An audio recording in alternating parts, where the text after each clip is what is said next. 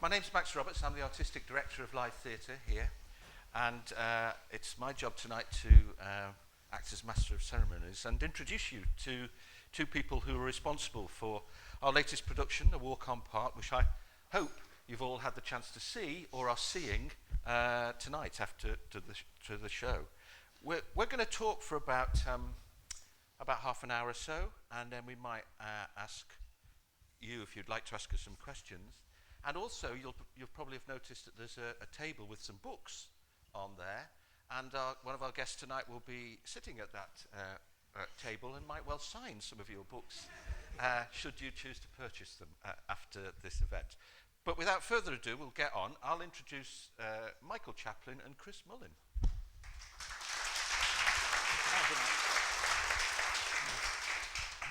Chris and I thought we might interview each other. We'll each say how wonderful we are. Not wishing to do Really Max out of rigorous. the job, but so I'll start, Chris.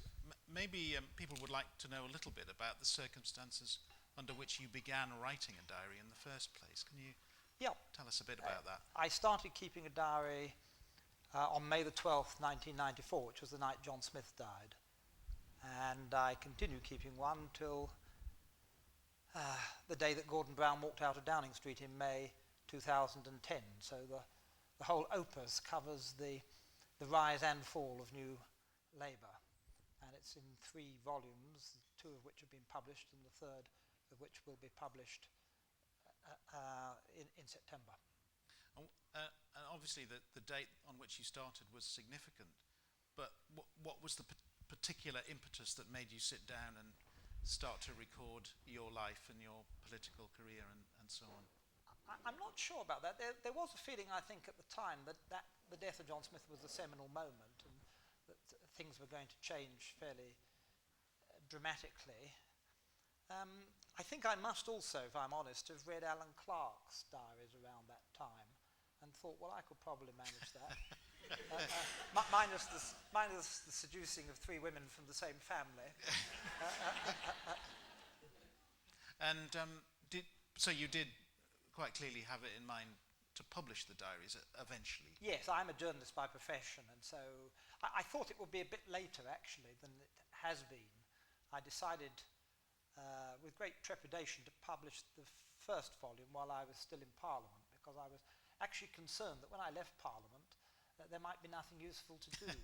And as the abyss got closer and closer, I decided I was under pressure from a couple of people who knew about it to go while I was still there. So I published the first volume while I was still in Parliament, and then the second volume last autumn. And happily, a small industry has developed around the diaries, so I'm not short of things to do. Yes.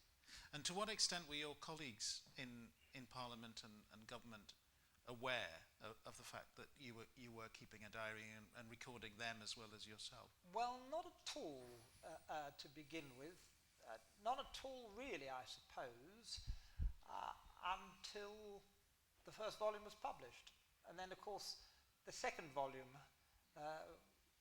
which carried on throughout the last Parliament, they did know was coming. And people said to me, did people stop talking to you once they realised? But no, one thing I noticed actually was, this is quite interesting, that some people were very anxious to make sure that I knew what their opinion was on certain key events. Yeah. So, you know, that was the second volume. Yeah. And to your knowledge, did anything you say about any of your colleagues, did it upset them, or did they think that, has anybody said to you, oh, you treated me unfairly, or have there been any instances of that? 1 or 2, yes. Mr. Keith Vaz didn't like being described as a lightweight.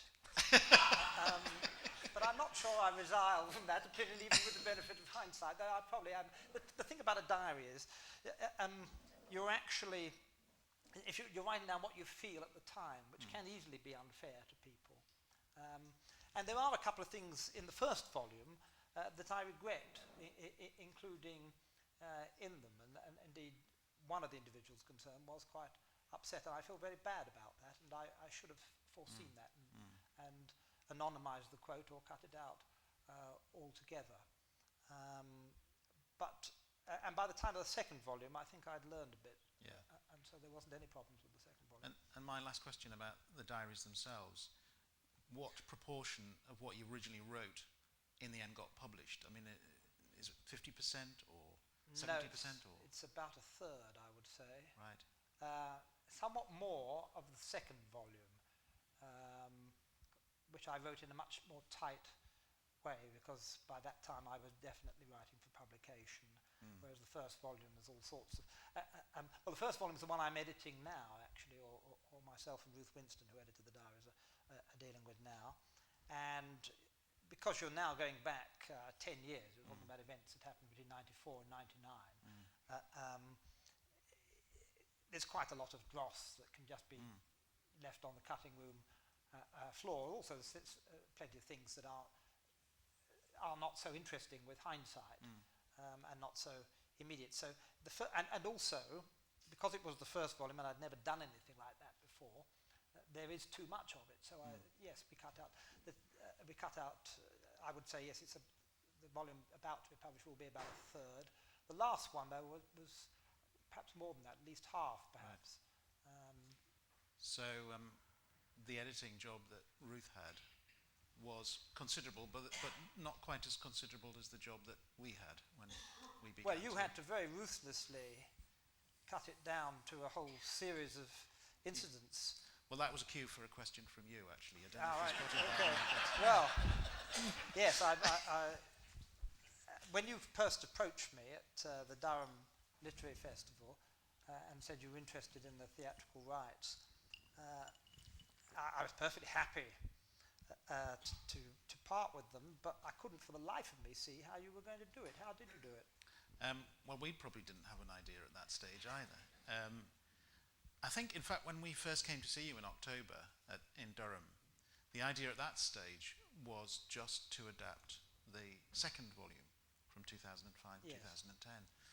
And when I began to consider the two diaries together, I had this strong instinct that actually we needed to tell the whole story of the whole decade and a bit. Partly to convey your own journey, as they say in drama circles, over that period of time, but also, obviously, the orbit of New Labour itself over that period of time. And I kind of had the feeling that an audience would positively want to have that whole period described for them in that way, although obviously in the short term it did increase the problem of how to edit the material down. So how did you decide what to keep and what to dispense well, with? I think it was fairly clear to me from the beginning that there were certain themes that absolutely had to be in. There was obviously the whole story of the war against terror and the effect that had on the whole period and the government. There was your own constituency affairs and how you saw... not in the Alan Clark sense, I think. No. That's presumably in the part of the diary that was cut That's out on of the it. cutting room floor, yes. That's right, yes. And also your life as a family man and your interests outside of politics, which we were keen to present. And so, I mean, I do remember very distinctly the day I started actually doing the job and feeling this immense weight of material that was kind of pressing down on me. But after a couple of hours, I mean, I had a very clear idea, for those who haven't seen the play yet, it begins and ends with Chris's final speech in the House of Commons. So I had that to start, and then I knew that the next thing would have to be a call from Tony Blair in 1999. And so once you get to the end of the first page, you know that, a journey of 1,000 miles, etc., etc. So it just went on from there. And actually what I did was I had the transcript of both books on disc, and I just went through it time and time again, taking out material that, was obviously interesting in its own right, but didn't relate to the main themes that I was trying to tell the story through. And gradually that material fell away and began to arrive at something that was vaguely manageable. manageable, and then just try to bring it to life in the way that Max has directed so brilliantly on the stage and the actors. Have you done anything like this before? I've adapted other people's work before for this theatre and on television. I've never adapted anything quite like this, quite the scale of the editing that was required. But I loved it. I mean, I got completely absorbed by the process and by the story, and it was actually a very satisfying and happy time. And I had an instinct from the very beginning that it would work.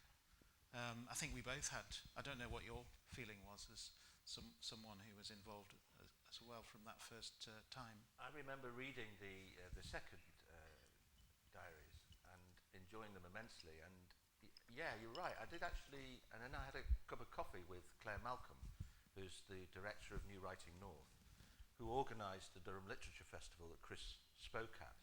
And we just had coffee and we talked about how much we enjoyed the diaries, because they did three fundamental things. They made me laugh, which is always very important when one thinks about putting stuff on this particular stage. They made me think, and they also gave me the idea that, well, I think audiences would like to actually come and see in one evening something that they probably picked up from various newspapers over the years, so they could all be collated into one story. And I think the other thing that I identified in it was that at the heart there was this fantastic bloke. There was this really, I know I'm going to sound really big, but there was a really interesting bloke who had things to say about the world that I suppose struck a chord within my own view, and also that he was not afraid to occasionally talk about the vulnerability of being a player in that sort of arena, and I thought that would make quite a big universal story that lots of audiences could identify with, because the second volume chimes and ends where Chris leaves Parliament, and I think it's a great story. All of us get to a certain age, and all of us begin to ask questions about how we shaped up, what are our achievements, what we're going to do next, and that is that in whatever walk of life one operates in, that is a fundamental universal thing that I think audiences would identify with. So that's kind of why I got so excited. And in that conversation with Claire, I could actually see it. I could actually see the actor as Chris, and all the other guys darting on, playing all the other parts. And therefore I saw it theatrically and had a hunch that it might succeed. And then Mike was the first person I talked to about taking on the task. Yeah. I come over as a real old agonizer, don't I? Well, drama sometimes a blunt instrument, I guess, and in particular when you're trying to represent such a period of time and so many events. I hope we've done you justice. You certainly come over as someone, I think, who has a strong sense of humour and a natural wit, and has compassion too. So I think we have been fair to you in certain circumstances. Oh yes, I'm not complaining. I was intrigued about someone who had your particular views. For example, the introduction to George Bush in the play. It's very better not tell better them, not tell you, but it's it, fairly uncompromising, and it does lead to certain views. And I suppose I was interested in that notion of how someone comes with a very strong moral and I suppose in some ways ideological view, and how one balances that in the world of succeeding in what must be one of the toughest working environments. Well, I think the thing you've got to realise, and you don't realise it when you're young and idealistic, is that the politics is actually compromise. And although compromise is considered by many people to be a dirty word, it is actually what makes things function. It's when nobody will compromise that things fall apart. There's a very distinguished journalist called Peter Riddell, who was the Times correspondent for some time. He's just written a book which I've just reviewed, and in it he speaks in favour of compromise. He says it's not a bad thing. And so if you're in government, there are inevitably disappointments. And especially if you're left of centre, you've gone into politics to change the world, make the world a better place, and you find that process is a great deal slower and more frustrating than you ever conceivably imagined. And you've got a choice, really. Either you try and go along with it and in an attempt to actually achieve something, or you can just set yourself on the sidelines and say a plague on all their houses and so forth. Some people do adopt that, but they don't achieve very much in their life. They have ideological purity, and maybe that makes them feel good about themselves, but nothing actually changes at the end of it. So to achieve things in a democracy, you've actually got to take people with you. Well, that's the other thing, of course. You've got to take the electorate with you. That's the point about a democracy. Remember, there was some Trotskyist sect that used to have a slogan, no compromise with the electorate. Well, that's not how things work in real life. But there were always going to be disappointments, and there were always going to be people who, within a few months of Labour's great victory in 1997, would be shouting betrayal. I think I had my first betrayal letter about July. We were elected on May the 1st. I voted Labour all my life. You haven't done X, Y, or Z. I'm never voting for you again, that sort of thing. Yeah. But that's life in politics. You don't take it too personally. There's I think it was Harold Macmillan who described in a very short sentence how the business of politics and the affairs of politicians can be led astray by events, dear boy. Events. Some very keen journalist asked him, Mr. Macmillan, what was the greatest influence on your life? Events, dear boy. Events. You remember what he said after the Profumo? No, but I think I'm about to. Since we're on Harold Macmillan. When he was told about this problem with Profumo, at least it was with a woman this time.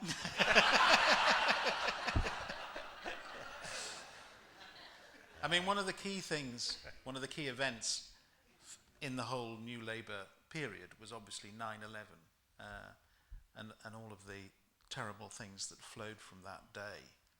Do you ever think about what might have been?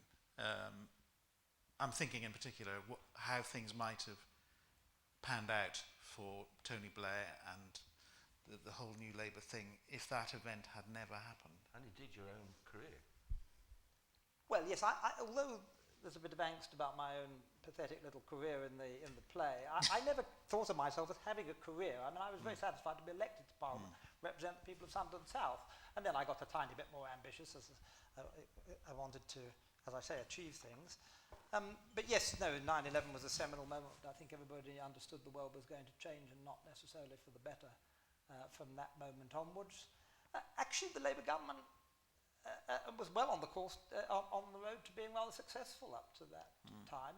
They started, I remember Blair saying right at the beginning, in fact before we were elected, he said to me, he said, previous Labour governments have always promised too much and delivered too little. I'm going to promise little and deliver more.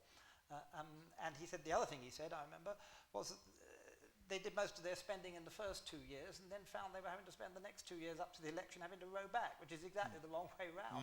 And he was going to do it the opposite way round. So he got off to a modest start as far as public spending was concerned.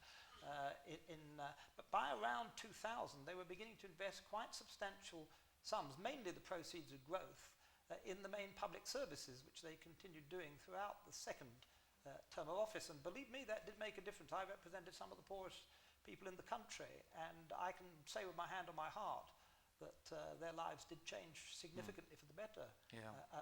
And if they didn't notice at the time, they'll certainly notice now that the regime was changed. But Blair's big mistake, in my view, and this is referred to in the play, and it's my principal difference with him, because in many ways I admire him, is that he allied us umbilically to the worst American president of my lifetime, with consequences that we all know about. I think the invasion of Afghanistan was probably inevitable, because you simply couldn't leave all those bases there where those guys were sitting around working out how to make it bigger and bigger. If they got their hands on nuclear weapons, they'd have used those too. But although Afghanistan's not working out at all well, I don't wish to pretend otherwise, but Iraq was a catastrophe for which there was no rhyme or reason, really. And I'm sad about, well, a catastrophe, and I deeply regret the way it went, and I'm so glad that at the end of the day, although there was a lot of pressure on us, as you'll see in the play, as you know from the play, that I voted against it, although there was a lot of angst at the time, and you'll see all that too. But Blair has got some pretty big achievements to his name. One of them, I just mentioned but one, peace in Ireland. Something that had eluded all previous prime ministers for 100 years. And he put personally an enormous effort into that. And I don't think anybody can take that away from him, but I'm sorry to say that in 20 or 30 years' time, I think it will always be the huge stain that arose from Iraq, in which we were only minor players, one has to say. Iraq was always going to be invaded once George W. Bush became president, and it wouldn't really matter what we said or did about that. The issue for us was whether we were going to join in or not. Had we not joined in, had we stuck with the other West European leaders, which is what I think we should have done, we'd still have found ourselves there anyway, helping to clear up in the aftermath, because afterwards there were UN resolutions that said everybody should go and help clear up. So we'd still have been bogged down in a big mire there, but we just wouldn't have been leading from the front. Maybe, Max, I should ask you about the production and how it felt at the outset when I presented you with a play that was very unlike any other play that you and I might have been involved with, in particular one that had 97 characters. And only 5 actors. So, just tell us a bit about how you prepared for that process. Interestingly, the project, sometimes you just have a hunch and you have an idea, and some projects take many, many years to actually bring to fruition. This one, we had the idea, I think, last November, December, was it? October, I think is when we went to see Chris. And here it is on our stage. And this was the year that live theatre had endured, not least because of the quite swingeing cuts in the public sector, a real drop in our funding. And so I had less money to do as many plays as normal. And so my chief executive and my board and all the staff said, we need a new play, we need another brilliant play, but you've only got X amount of money to do it with. So sometimes out of that sort of that sort of difficulty, that diversity, that comes a triumph, and I'd like to think that this one was. I never had any anxiety about the task of 96 actors parts, because I knew it all depended on getting brilliant actors. What I lost sleep about was actually casting it. I was directing another play at the same time in London, and I was working with my casting directors who are 2 fantastic women called Lucy Jenkins and Suki McShane, and they've worked with us on a number of occasions, and they just find you. They have a knack of being able to find interesting actors, because they work all across the industry. And so they go and see lots of stuff, and they're London based, so they have access to seeing a lot more stuff than we do up here occasionally.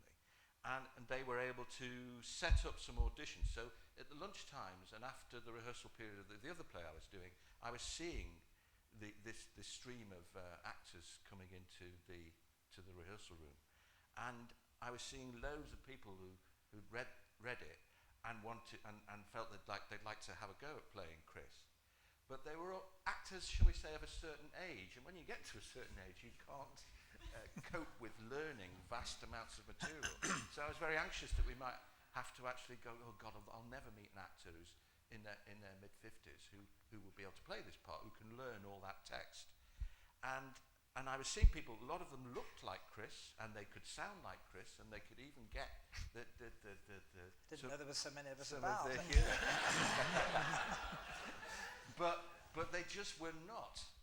They just weren't right. They weren't robust enough, and the other thing that they didn't have, was that when I met Chris, I read the diaries, I just identified this really keen sense of irony, and I'd heard the BBC adaptation of the stories, and I thought that was a little flat. The actor reading the lines, didn't realise that there was just so much more potential for an actor to really enjoy playing this role.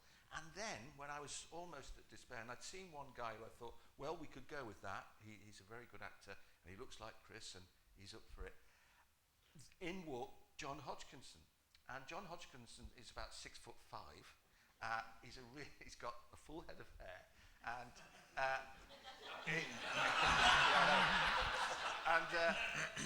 he looked nothing like Chris Mullin, but Suki. I've got more hair than anybody else on this stage. And this 6'5" guy came in and sat down. I went, oh God, Suki said, don't worry, he's a great actor.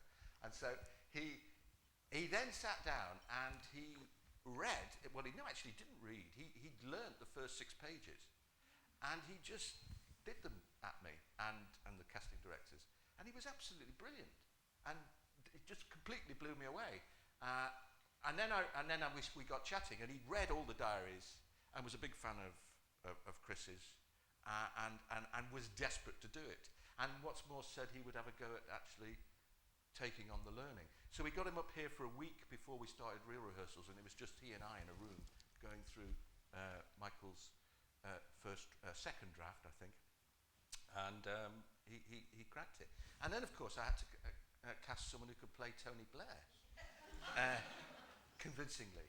And again, I was seeing all these other actors who were good with it. But then again, in walked Hal Morgan, who plays Tony Blair, and he was uncanny in his portrayal. But not only to that, they had to play all these other, I think I've mentioned 2 characters, there was another 95 that we had to cast.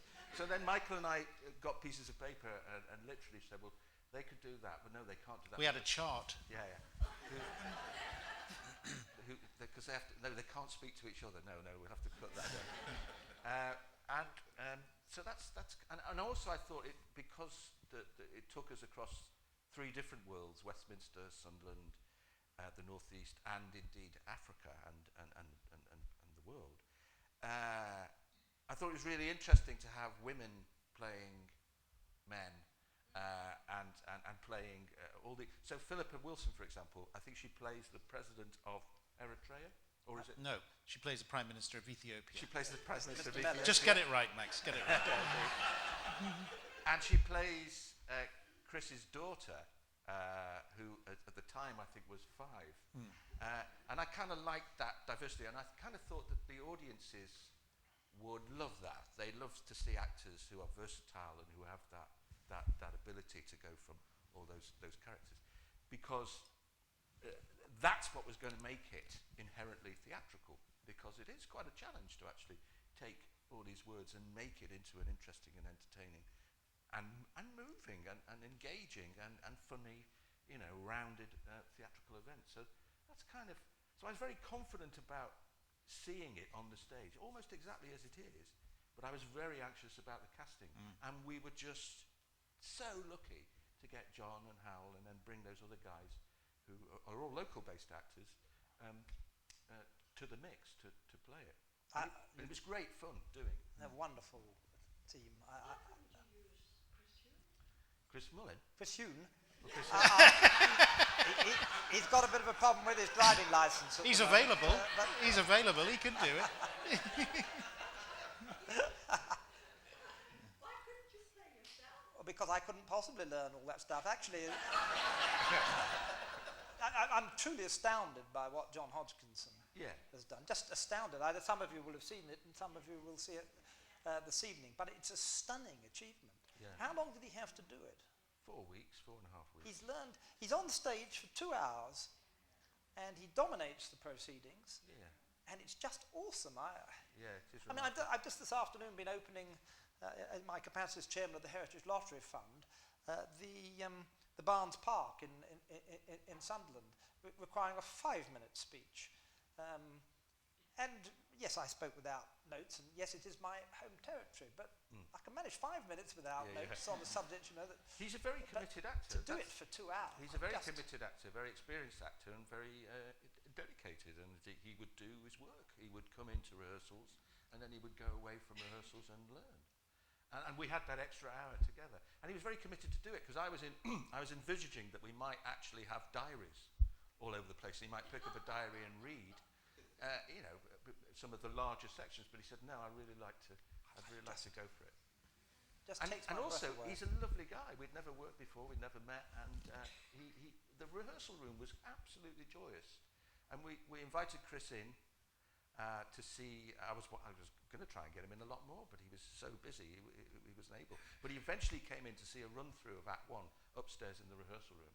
And I must say, I don't really get that nervous about these things, but I was really quite anxious about what Chris would think about it, because I was not only putting his life, I suppose, his diary on stage, but I was also putting scenes, and I'd rehearsed scenes, encounters between people who I would never have any access to, in places that I would never have been. I've never been to the tea room of Westminster. I've never really been into the lobbies where some of the meeting rooms where some of these events, or indeed the Houses of Parliament. So I didn't want Chris to feel it was superficial or slight. But thankfully that wasn't the case. Thankfully, between us we seem to have brought the words together. And again, wanting to thank the actors who were, Hal was constantly on Hansard, sort of checking who was saying what on his iPhone, just to get exact quotes, like the Robin Cook speech. Yes. We got that. And Dave, our sound technician, had managed to get a recording of the actual speech. Yes. And there was one or two lines that we thought, we could just pop that in. But anyway, he came in and he just sat and watched it, and he seemed to enjoy it. So I was a much relieved man that night. Well, I thought it's a stunning achievement, I must say. I've been played by 3 or 4 people in the past, and it's rather an unnerving experience. In fact, the very first time, which was about 1983 or 4, although the television company of BBC, I think, had gone to a lot of trouble to get it all right, I just didn't feel it was just so wooden. I just didn't feel it was me at all. The second time was in 1991, I think, by John Hurt in Who Bombed Birmingham, which was a prime time telly. And again, I could barely bring myself to watch it, although John Hurt's a great actor. He's a great actor, yeah. It just didn't feel... Yeah, it's interesting. Chris said it, I think it was after the rehearsal, or indeed at the press call, that how much he liked John's performance and John Hodgkinson's performance, and how he played him much more convincingly than John Hurt. And on the first night, after the first night, it's common that the cast give each other cards and presents, and the rest of the cast got John a present. They'd got a T-shirt, and they'd got a little logo printed on it which said, better than John Hurt. So he was wearing that with some pride that night. Yeah. Perhaps, being the timekeeper here, we ought to ask members of the audience if they'd like to ask any questions. Yeah, The gentleman there. Chris, to what extent do you think Blair's decision to invade Iraq was based on his religious faith, that perhaps God was telling him to do it, like Bush, or was based on the dossier in Campbell telling him to do it, 50 difference? I don't think it was either of those two things. I don't think... I always thought that, like all British Prime Ministers, post-war Prime Ministers, that he believed absolutely that you have to keep in with whoever happens to be President of the United States at all costs. And indeed that has been in our interests over the years, because we were massively in debt to the Americans, who were in a position to pull the rug for many years. So I thought that's what he believed in, and he often said, he believed in the alliance with the United States as a matter of principle. But I asked a very senior civil servant who'd been involved in most of those events what the reason was. He said, no, it wasn't that. He said Bush sold Blair, or the neocons came up with this idea that they could get some great peace settlement across the Middle East once they'd disposed of Saddam. And this roadmap, you remember all this talk about publishing a roadmap to peace and all the rest of it, and Blair bought it, which I'm surprised about, but that's what he said. I don't think religion had much to do with it. I think it was a hard... The other thing one must say, of course, if you recall, the ostensible reason for it was that Saddam had these weapons of mass destruction and nobody knew what he would do with them. Now, it wasn't entirely... that was quite a serious point. Saddam did have chemical and biological weapons, and what's more, he had used them twice, once against the Iranians, once against the Kurds.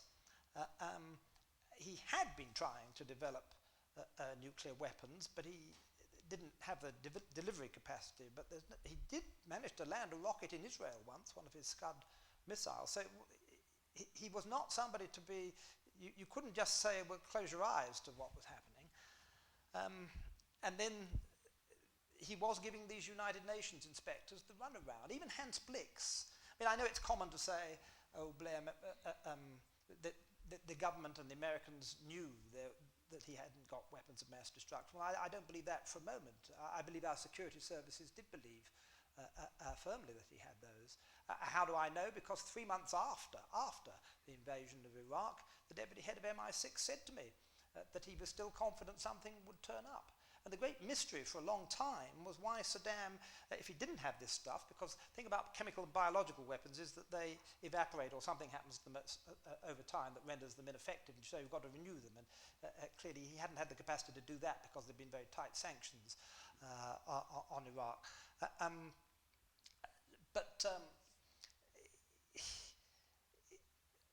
I've lost the track. Well, you can see why I never became Prime Minister. But why he was the great mystery at the time was why Saddam, given that he didn't have this stuff, was giving the inspectors the runaround.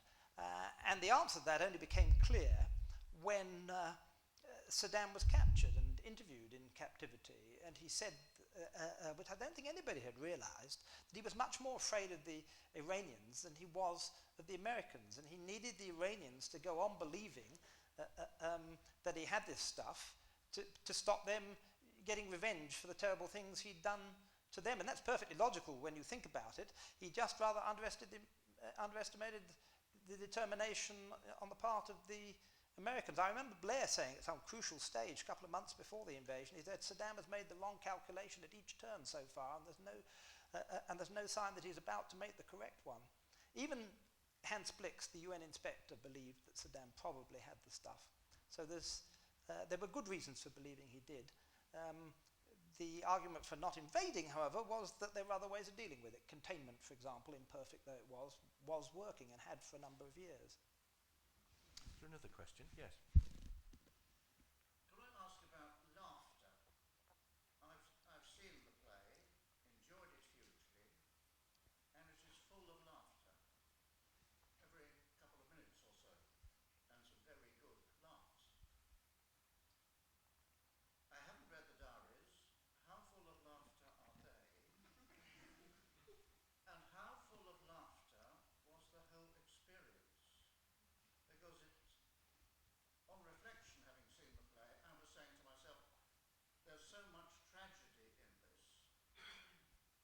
It was almost inappropriate to laugh. Now, I think Michael must have faced that question, I guess. Yeah. And you must also have feelings about it. Well, just to say something about the diaries, that there is a lot of humour in the diaries. They're very well written, as many people here will know. Max used the word irony. There's a lot of irony in the diaries. There are even some jokes. I think the point about the humour is that often things that you would read in a diary that you might smile about, when you see them animated on stage by actors, the level of amusement rises, especially in the context of a warm, intimate theatre like this. There is a sense of complicity between the actors and the audience. So I think the humour level almost inevitably rises. I think Max and I, who've worked in this theatre many times, know that the live audience kind of come here with the expectation that there will be humour, even in the most bleak of circumstances. And I think we all know that at those times in life, laughter can be a release. As a writer, I know that making people laugh is possibly the best preparation for making them cry. There's a kind of emotional softening up, if you like. That's to put it very bluntly, but it kind of works like that. And so that's how I approached it. I think we had a very clear idea that we wanted to make those comic moments sing, and they certainly do, like the encounter with George W. Bush, which gets a big laugh every night. But I think too that we wanted, following those moments, the theatre to be completely still and completely engaged in some of the more tragic aspects of the story of those 11 years. And I like to think that works. So that's how it is from my point of view. Yeah, all the funny or ironic lines in the play are in the book, with a handful of exceptions. I mean, the actor hams it up a bit now and again. Hams? Hams, sorry, wrong word there. Okay, I'm not used to appearing in in the theatres, but they're all in the book. But it is 1,000. There's 2 volumes, which in total come to 1,000 pages. They'd be very tedious indeed if there was no light touch to it. And I like to think I do write with a light touch. There are people who produce vast volumes of diaries that don't have any light touch in, and they sink without trace. Yes, indeed. Those who haven't seen the show, there are some of verbatim sort of renditions of some of Chris's entries, which the actor does as soliloquy, and we focus the lights down. And indeed, in one occasion, he comes forward amongst and sits on the edge of the stage, and they reminded me of the soliloquies one encounters in the great Jacobean dramas about kings and people who have ambitions in politics and power. And John plays them ever so sensitively, and some of them are very serious. And I think those juxtaposed with the knockabout stuff that we also have with some of the other characters works for quite a satisfying overall experience. You couldn't have been a junior minister in John Prescott's vast department without a keen sense of the absurd.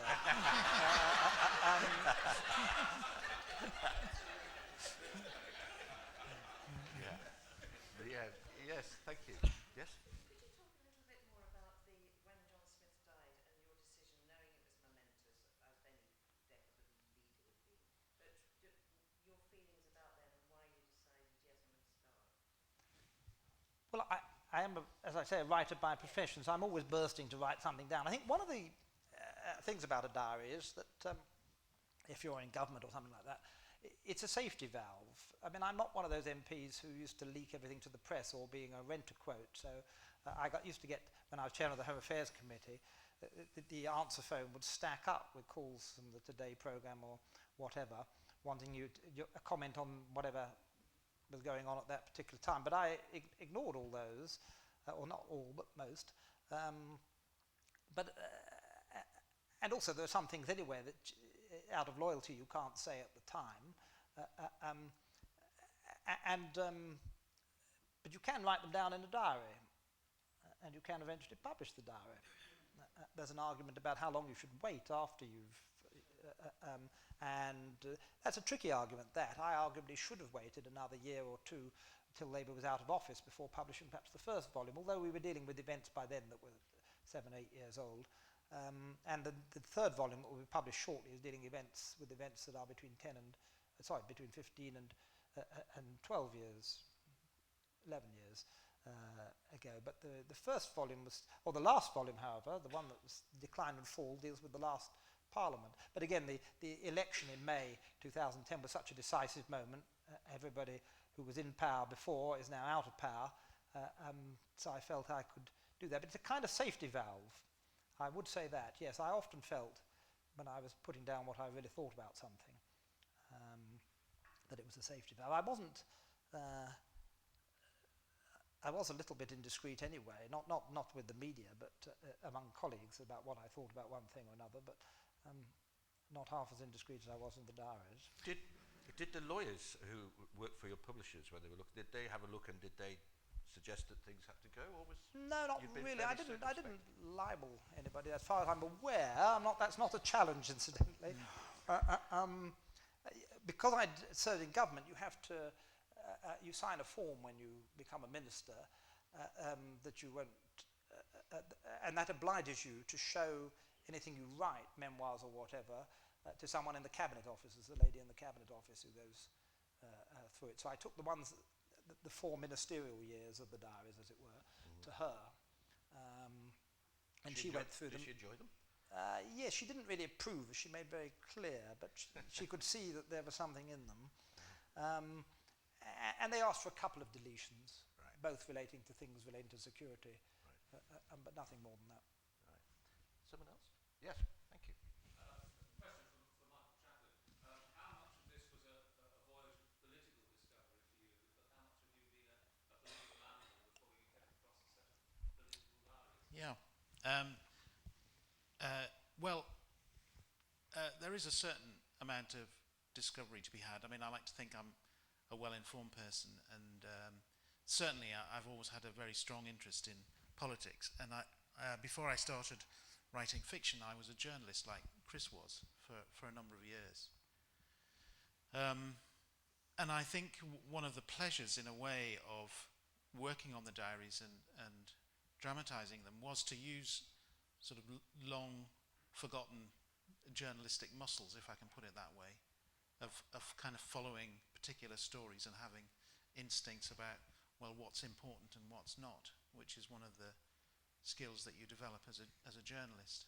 I mean, you know, I read The Guardian every day. I read lots of magazines, so I was familiar with some of the material, but obviously there's a huge amount about the process of government and actually just the life of an MP, which I was not familiar with.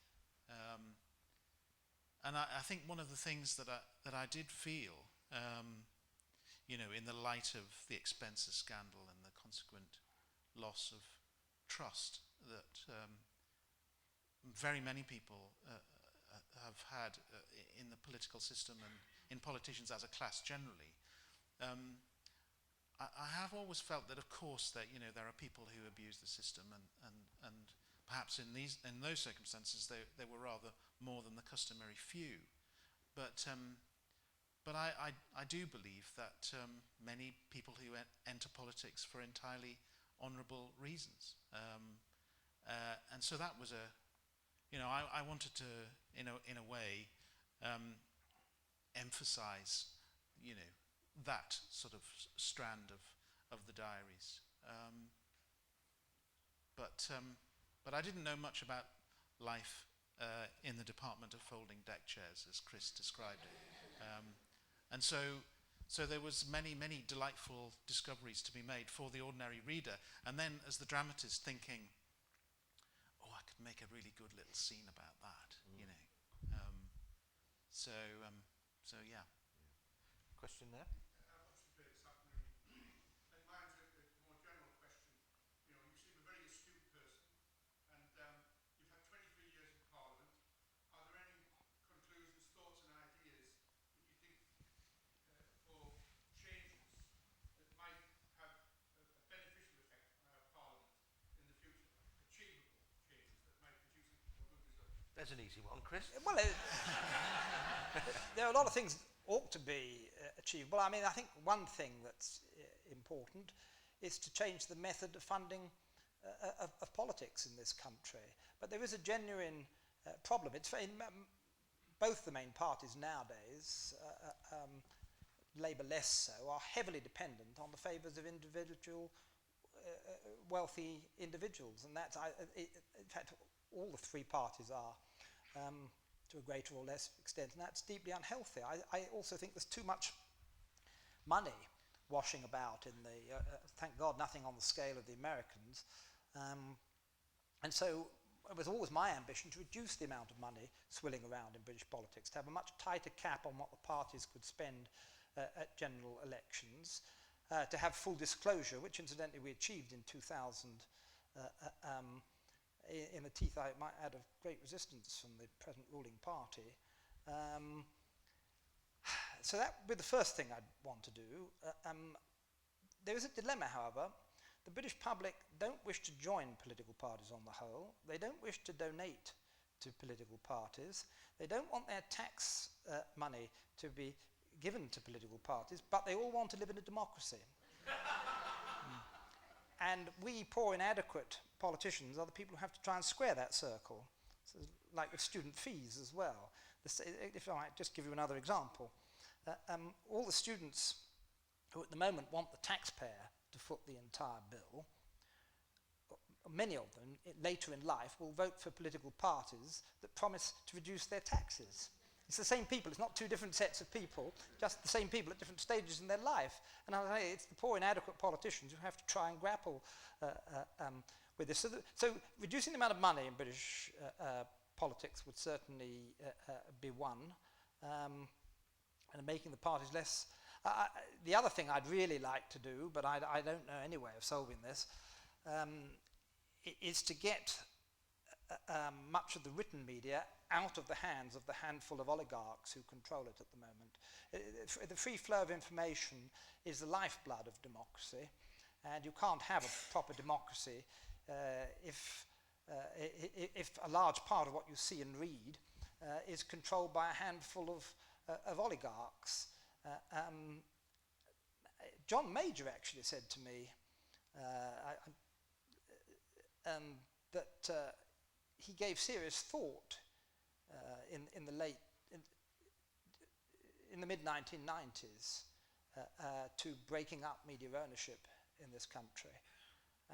But he did say to me that he wasn't interested in any blow that wasn't fatal, and I'm entirely with him on that, because if you wounded these guys, they would come back at you very badly.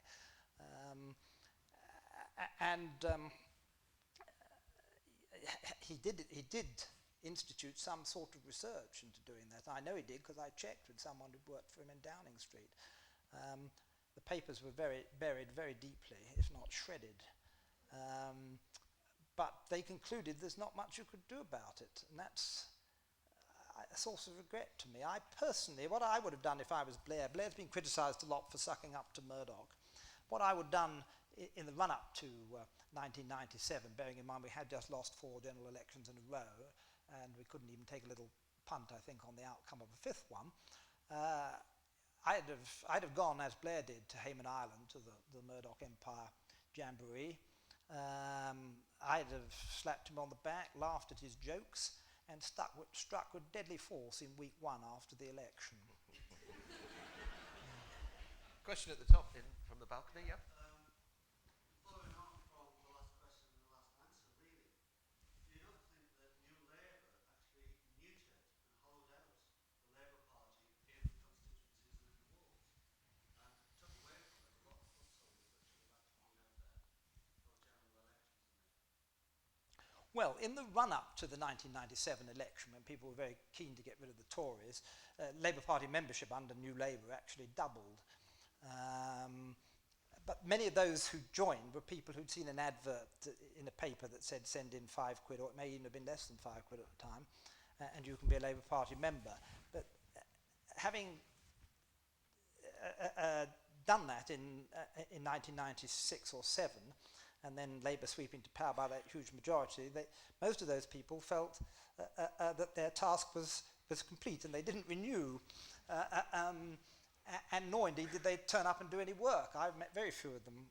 But Blair did make the party more attractive to people from the centre ground, and I think that was a good thing. That's the central message of Blair in many respects.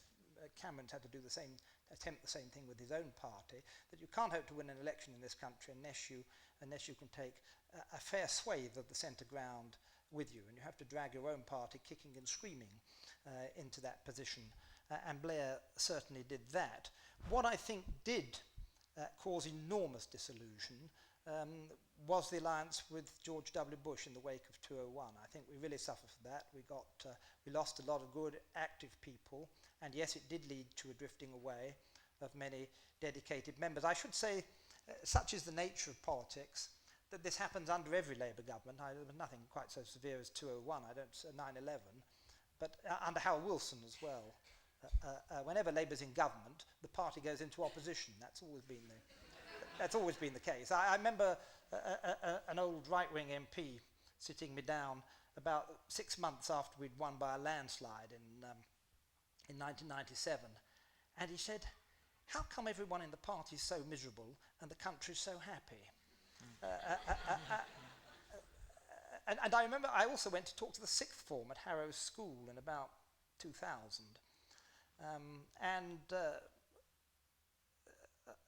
which is the second poshest public school in the country, and all the boys, or many of them, were already in pinstripes in preparation for their inevitable entry to the city. But the masters were a different matter, and I had tea with them afterwards, and I discovered to my amazement that not one of them had voted Tory in the 1997 election. And I said, and one of them said to me, "We think you'll win by an even greater amount next time." I said, "What on earth makes you think that?" He said, "Because we talk to the parents and they're not afraid of you anymore."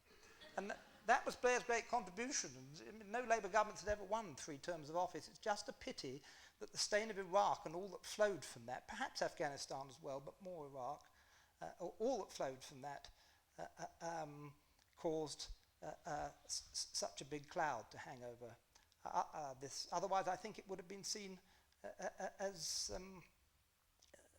I think some of the achievements of the government, and I could list quite a few if pushed, would be more apparent. Got time for one more question. Go on.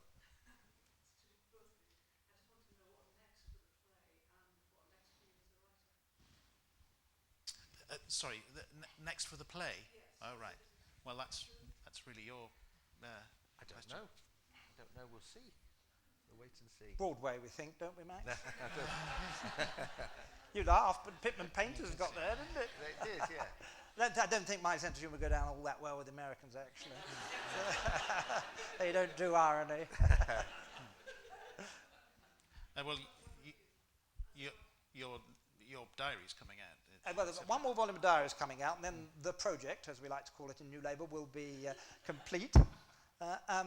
I wrote some novels in the 1980s, one of which was quite successful, the Very British Coup, which currently someone's making an updated version of, believe it or not. Yeah, I heard that. Yeah. And I'd like to have a shot at another novel or two. But the thing with novels, you can never really predict whether it'll all come out. You know, I've had these. Actually, I had 4 ideas in the 1980s, and I wrote 3 of them, and the last one's still up there. So I've got to do that next, I think.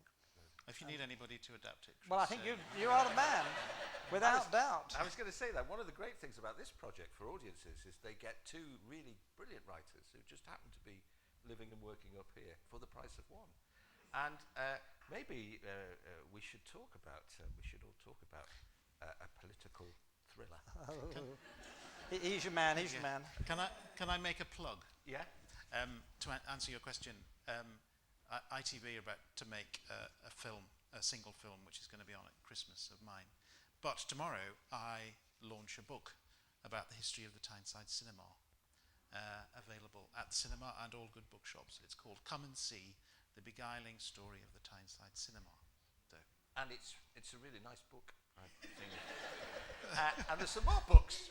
That's a good link, isn't it? Yeah. There's some more books which are on sale out there. And if you've got your book, I'm sure Chris will gladly sign that. So it just is incumbent on me to say thank you very much for coming.